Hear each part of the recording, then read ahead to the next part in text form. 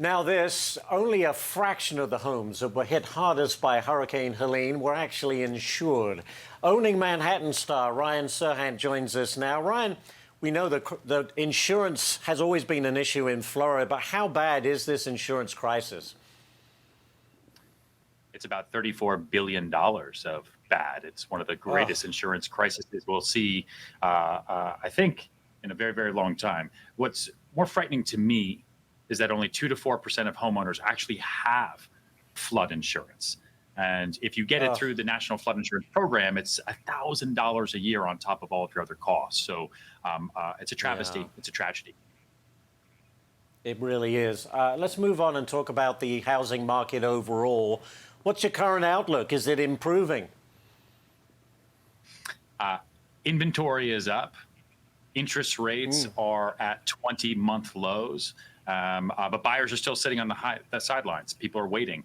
They want to see if deals are going to come. No one wants to catch a falling knife, but also no one wants to jump into a speeding car. I am obviously optimistic about the market. That is the nature of my life. That is my job. We're seeing record pricing. Pricing is up 6% year over year, but there are obviously still headwinds. I think people are waiting to see what happens in November, and that'll take us into a roaring 2025.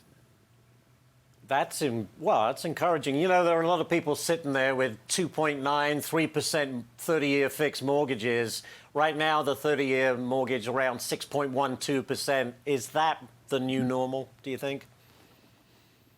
I think once we get mortgage rates into the fives, where maybe you could buy down points to get you into the low fives, even to the high fours, we're going to see liquidity back into the market, both for institutional purchasers, for investors, and for your regular home owner. You have to understand that 90% of all current home loans are under 5%. So even with rates coming down, even with the jobs report where it is today, most homeowners are sitting there and saying, you know what, I'm going to wait a little bit longer. Actually, I think only 2.5% of the homes in the United States will trade hands this year. We're creating new lows, but it can't last forever. What goes down must go up eventually, which is why I think 2025 Amen to that, Ryan. Amen. Housing guru Ryan Serhant. Thank you, Ryan, so much. Appreciate your time and expertise.